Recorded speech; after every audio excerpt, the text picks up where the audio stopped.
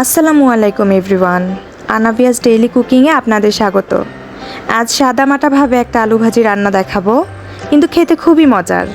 তো আমি যেইভাবে আলু ভাজি করি সেটাই আজ আপনাদের সাথে শেয়ার করব। চলুন রান্নায় যাওয়া যাক।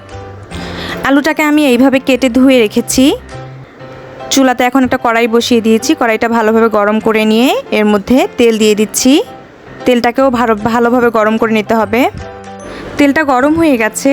এখন এই তেলের মধ্যেই পেঁয়াজ কুচি, মরিচ ফালি আর এখানে রসুন কুচিটা দিয়ে দিচ্ছি। এটাকে দিয়ে ভালোভাবে নেড়ে দিতে হবে। তো আমি কিন্তু প্রত্যেকটা ভাজিতেই রসুন কুচিটা দেওয়ার চেষ্টা করি। রসুন কুচিটা দিলে ভাজিটা খেতে অনেক ভালো লাগে।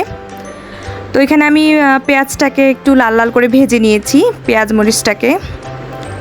তো এর মধ্যে আমি এখন ধুয়ে কেটে রাখা আলুটাকে দিয়ে দিলাম। দিয়ে এটাকে একটু ভালোভাবে নেড়ে দিতে হবে, মিশিয়ে দিতে হবে।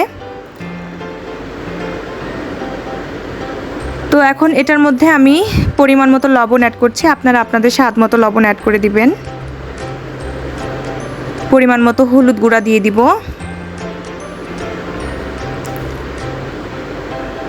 পরিমাণ মতো জিরার গুঁড়া।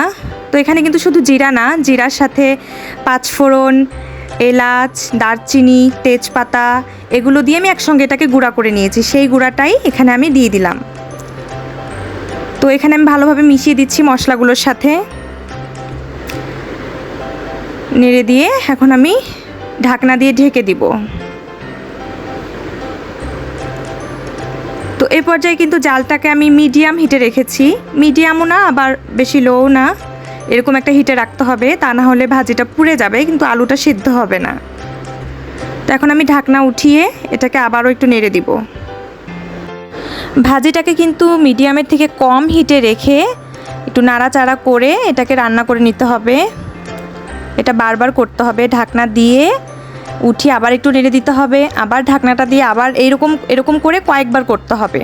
তাহলে ভাজিটা সুন্দর মতো রান্না হয়ে যাবে আর খেতেও খুবই ভালো লাগবে।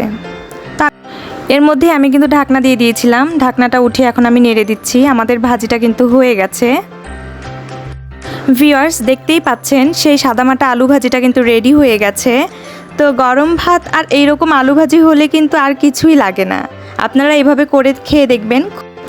ভিউয়ার্স, আজকের এই আলু ভাজিটা আপনাদের কার কাছে কেমন লাগলো আমাকে কিন্তু কমেন্টসে জানাবেন এবং চ্যানেলটিতে সাবস্ক্রাইব করে আমার সাথেই থাকবেন। ধন্যবাদ।